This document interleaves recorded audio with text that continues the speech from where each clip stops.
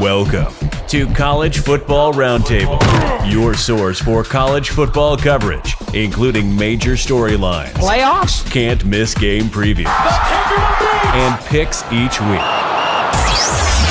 Join your hosts, Dan, Rob, and Jordan at the Roundtable for a show unlike anything else. As for Football presents the College Football Roundtable. What's up, Trash Talk Nation?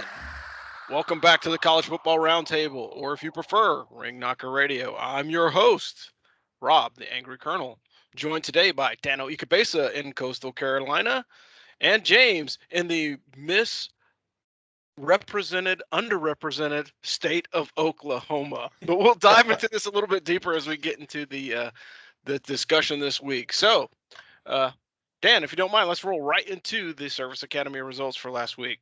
Yeah, man. As we were just discussing before we came on the air, Army beat Air Force in a panic-inducing, heart attack-inducing game, 21-14 in overtime, to retain possession of the Commander-in-Chief's trophy at West Point and potentially win it outright with a win at Army-Navy. Both defenses played well against the run, but Army made a few more big plays in the passing game after halftime. Still, Zoomies came back, tied it up as the fourth quarter ended. Army scored on a miracle fumble recovery into the end zone and then held the Zoomies scoreless in the second half of overtime, and that was your ball game. Army's defense gave up a decent amount of yards through the air, but they held when it counted. They came up with a sack, 4 tackles for loss, an interception, and one crucial pass defensed to steal the game in overtime. I was at this game. James was at this game. I'm telling you, this thing was next level. It was so awesome. Do not miss this if you have the opportunity to go next year. Yeah, I was a little bit bummed. Plus, the camera angles were hot garbage, so they still had the baseball set up in the stadium. So it was like some very weird angles on TV.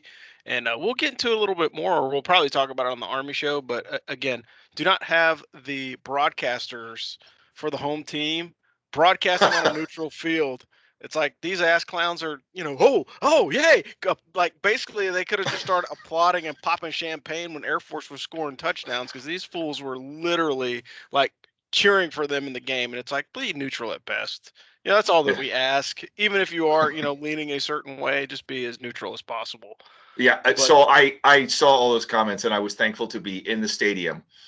Granted, 40 yards away from the action because we had the outfield between us and the Army sideline, but good seats. Fun game, even with a massive hangover. Holy crap. And then the other game was Navy lost to Notre Dame 34-6. I actually watched this on the Tailgate TV as well.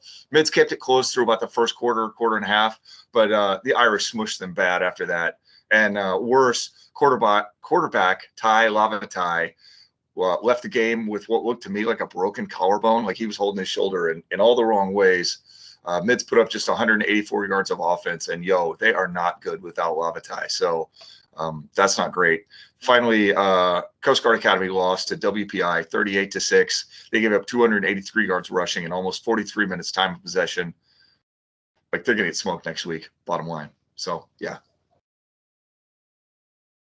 Awesome. Yeah, I think the Commander's Cup, or President's Cup, is this weekend. Merchant Marines out of bye, and they're a pretty tough team, so I think that's going to be a smackdown for real. All right, so Army looks good heading into the last month. I mean, I think the performance against Wake Forest was a good indicator of how well the offense could produce, even though Wake Forest was a monolith until they went to UNC. Surprise, surprise. Air Force is already bowl eligible. They can regroup after this past week's loss, but they got a decent chance of getting 9 or maybe 10 wins before the end of the season, if you count their bowl game. And Navy is just rebuilding. Hopefully, Ken and old Jasper don't get freaking canned at the end of the year and try and bounce back. But, after watching this season, that BYU job probably looks a lot better to old Ken, but it is what it is. Moving on to the Commander-Chief trophy status, as we noted earlier, Army will win the trophy outright if they win against Navy on December the 11th. But at the very least, they're going to retain the Commander-in-Chief's trophy at West Point. But it's always nice to have the outright win rather than a three-way tie. So, James, if you don't mind, let's go to the top 10 poll standings, if you even want to call that. I think it's more like the revolving door of college football. But you got it. We'll keep going. So the top 25 has had 56 losses so far this year. 8 more this week makes it 64. It's a new record, and there's still 4 weeks left in the season. Teams ranked 3, 9, 12, 13, 17, 18, 20, and 23 all lost. And those are AP rankings, not the BCS rankings. Correct, Rob? Yes, that's correct. Sorry, right. I put that together, but yes, that's Good. correct. We want real rankings anyway, so we'll stick with the AP. Unranked Purdue beat Michigan State 40-29. This is the second time Purdue has beaten the top 3 team. And as was written, Boilermakers have become the Spoilermakers of 2021. They have 17 wins over ranked opponents when they're unranked all time, so they're a crazy school. And they are going to Columbus for that game against Ohio State, but that's going to be a fun one for the Buckeyes. Unranked North Carolina came back and beat number 9 Wake Forest in a pretty heartbreaking game for the Demon Deacons. Unranked TCU, Suns head coach Gary Patterson beats number 12 Baylor by 2 points. Texas A&M. That was wild. Yeah, right. And ending Baylor's playoff hopes in all likelihood. Number 14 Texas A&M beats Auburn 20-3. We officially have an Auburn team with nothing to lose playing Alabama in Auburn this year, so I'm excited for that. And then unranked Arkansas beats Mississippi State, ranked number 17, 31-28. Unranked Tennessee beats 18 Kentucky. Man, a lot of top 25 SEC teams falling. I wonder if that was a tough loss for the Wildcats. They only lose by 3. Unranked Illinois beats number 20 Minnesota, 14-6. Another Big Ten score. And unranked Boise beats number 23 Fresno State by a whopping 24 points. Wild weekend, boys. But with that, you got your new top 10. Staying at number 1 is Georgia, number 2 Cincinnati. Number 3 is Alabama, number 4 Oklahoma, 5 Oregon, 6 Ohio State. Notre Dame moves up to number 7, Michigan State at 8, Michigan at 9, and Oklahoma State rounding out the top 10, the false 1945 national champions. Nice. That's about it for the top 10. Yeah, it's maybe worth noting here that the coaches poll has Alabama second. It seems like the playoff committee would very, very much like to have Alabama second. And I think the playoff committee's got a little struggle there because how do they rank Notre Dame higher without making Cincinnati look good? Like this is a strategic problem right now for everyone involved. Yeah, you're right. The committee just wants to figure out how to justify, Cincinnati not being the top 4. And to be honest, like I said earlier, number 5 through 25 in the CFP rankings are just to legitimize what they do in 1 through 4. Like UTSA not being ranked is just so that they can rank Wisconsin so that Michigan's win looks better. That's really it. But my opinions aside, back to you, Rob. Yeah, I don't know if you guys saw the preview show or when they released the first round of playoff numbers, but whoever the president is, that guy's a jerk, man. He was like, Cincinnati, who have they played? Like he was throwing shit on Cincinnati. And it's like, hey, look, not for nothing. I think we all want to see the best teams make it into the playoff. I mean, when LSU was in there 2 years ago, like everybody knew like whoever played them was going to lose. It was just like Alabama a couple years ago is like, oh, whoever plays them, they're going to lose because they were the best team in college football. So that's what we'd like to see is the best teams in college football make it to the playoff, not just a Power 5. But notable additions to the top 25, you got number 13 Wake Forest at 8-1, number 14 BYU at 8-2. UTSA is ranked 15th, and they're 9-0. Again, some shade on the group of 5 teams. Houston is at number 17 at 8-1. Coastal and Louisiana rounded out at number 22 and number 24, both 8-1. San Diego State had 84 votes, App State had 20 votes, and SMU had 4. All right, guys, here's the real question because we were just beating it up and talking about it. Does Cincy have a legit path to the playoff this year, or are they going to be on the outside looking in? They're going to be on the outside looking in. I mean, it's just writing's on the wall, man. It's pretty evident that I'm not sure that there was a path for them, but for them to sit there and like struggle against Tulsa, it just gives all the haters all the ammunition that they wanted. So no, they're done, for better or worse. I'm not sure I agree or disagree. It just, the only thing I don't want is two teams out of the SEC. Like, I'd rather see anything than that.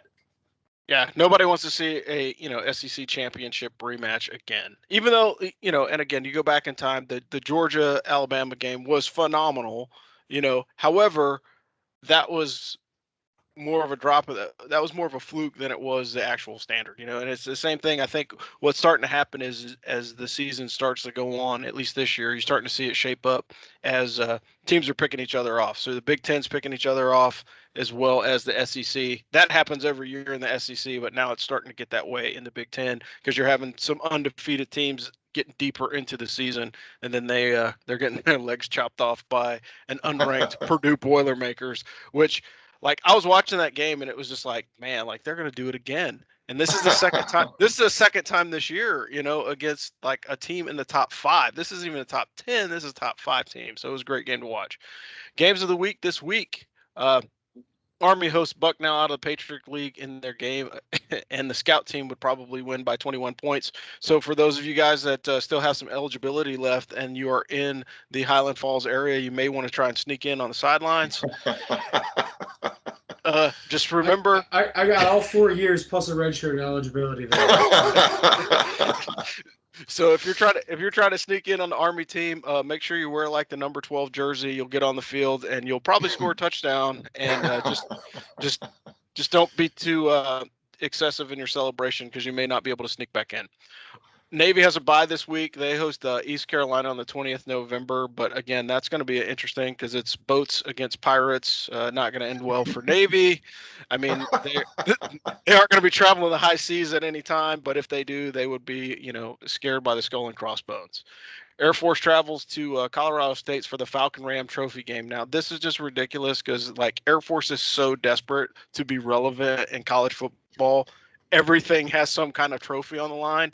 I'm sorry, you don't have your 3 friends. You look like bus drivers in uniform. Hey, question, Rob. Do you know? Because we were at the game, we didn't see it. There's some sort of like there are 2 new trophies now for the Army Air Force game. Like there was a football style Commanders Classic trophy, and then there was some sword that Jeff Munkin was holding up. And I haven't seen either one before. Yeah, I saw like the Claymore. I am not sure what that was. I guess it's the McLeod Trophy, so there could be only one. I have no idea.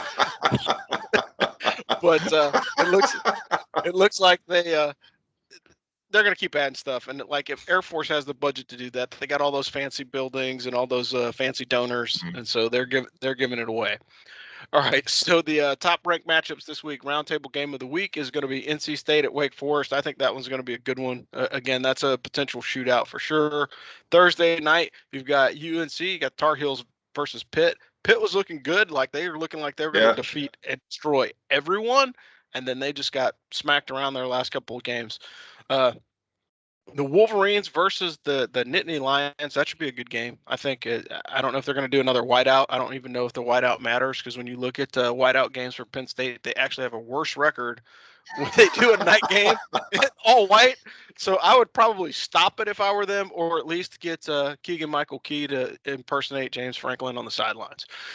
You got Mississippi State versus Auburn. That's going to be a sleeper game. Northwestern at Wisconsin. That should probably be a good one. So if you do have time, I would probably tune into that one because Northwestern always plays pretty tough, particularly with the running teams in the Big Ten. So that would be a good one to watch. A&M and Ole Miss, like, who knows about Texas A&M? Like, it's feast or famine with those dudes. Either they're going to win or they are going to go down in flames. And against the old Lane Kiffin offense, who knows? Win by 30 or lose by 30 for sure. Yeah. And then you got Notre Dame versus Virginia. Again, Cavaliers have pulled some pretty decent upsets and some good quality wins. But against Notre Dame, they're starting to gain momentum. And I think Coach has been threatening to execute his team during halftime rather than at the end of the game. Thus the turnaround against Navy. And then TCU versus Oklahoma State, I think that'll be a good game to watch again in the Big 12. Probably no defense. There'll probably be 100 points scored in that one. But, hey, we do what we can. So I got a question. Is Keegan-Michael Key going to be a USC Trojans fan after the season? I have no idea. He might. I mean, he's already in Los Angeles, right? I mean, it'd be an easy commute for him to go impersonate the head coach. Yeah, true statement. I know that he's a big fan of James Franklin, and he does a lot of impersonations. They actually had him on when he was a guest picker, dressed up just like him, and it was like, man, is that the real dude? Like, I have no idea, but it should be interesting. All right, let's move it on to picks and trap games of the week. Weekly locks. What do you got, James? All right, so last week was a tough one for the crew. Each of us took one pick, and then Jordan, Dan, and Rob were all -1. Jordan and Dan both took Wake Forest with 2.5 points, and they disappointed. Rob took Kentucky, favored by 1.5 points, and those damn volunteers that don't know how to volunteer for anything ended up with a victory. So, after that week, Dan is 3 units up on the season. Jordan and Rob are even. We will get Jordan's picks later. But Dan, why don't you go ahead and give us your picks for this week? Yeah, I went back to the well with the group of 5 this week. So I've got Buffalo +7.5 at Miami of Ohio. I really think the Bulls will win outright. Miami of Ohio has been a crazy team this year. My other pick is Air Force at Colorado State over 45. Hot tip, way over 45. So trap game of the week, TCU at Oklahoma State. Horned Frogs just beat Baylor like pretty solidly. Despite their record, they can pull off the win. Like, it's just been that kind of season. You can almost smell it. All right, so we got Buffalo 7.5 to cover, and then Air Force Colorado State over 45 in a Mountain West shootout. Okay, Rob, what do you got? Yeah, I'm only picking one right now, but so my game to watch is going to be Notre Dame versus Virginia. I will say that Notre Dame will win it, but I think Virginia will cover because they have a decent team. And again, if Notre Dame struggles in the first half, they actually could be down at halftime. So I think this might be a good game to watch. And of course, my trap game of the week is I'm going to be riding this Purdue train against ranked teams until the end of the year. And as much as I'd like to say, like, hey, look, Buckeyes are going to roll these dudes. If you watch them against Nebraska, and that's the scary part. So Nebraska is another one of these sleeper teams too that could have a much better record. Like if you look at the stats, they're talking about it this week, is Nebraska has had like 7 or 8 games and almost 20 games in the last 2 seasons where they lost by a score or less. So you're talking 7 points, 3 points, 2 points, 1 point, whatever. And so Nebraska is good. I feel sorry for old Scott Frost because like he actually is a good coach and he's putting his team in position to win through coaching, and they just fail to execute every time. And so I think this will be an interesting game. But again, my pick will be Virginia to cover. Notre Dame will win outright, but Virginia will cover. And the Buckeyes against the Boilermakers, I don't even know what the line on that game is, but I watch that one for sure because if Purdue plays like they have been against other ranked teams, it's going to be a good one. Okay, so we got Virginia +5.5 points against Notre Dame as the one pick. Sounds good. All right, guys. And one more thing. So I got my new As for Football shirt from Emblem Athletic on. So I'm going to be rotating through my wardrobe for the rest of the season because I actually have I have black, gray, and gold shirts, as afforded for Army. But yeah, hey, check out our sponsors and everybody's got gear that they're trying to sell. Get some new swag, especially as it's starting to get wintertime. You're gonna have to layer up. So get yourself a long sleeve black, thermal shirt and get a t-shirt. So when you go run, when you go outside to work out or whatever you're doing, make sure that you look good and you feel good. So jump on with the Emblem Athletic. Also, VTT has a whole bunch of crazy shirts. So if you want to trigger people while you're working out, grab one of them or any of the other numerous vendors that support veterans causes. And this week is Veterans Day. So do not forget that, folks. Veterans Day, I shouldn't have to say this to this crowd, but to the occasional looky-loo that may be jumping on, Veterans Day is for those that serve their country and are still alive or are serving in some other capacity as a citizen. Memorial Day is for those that did not make it home and gave the ultimate sacrifice.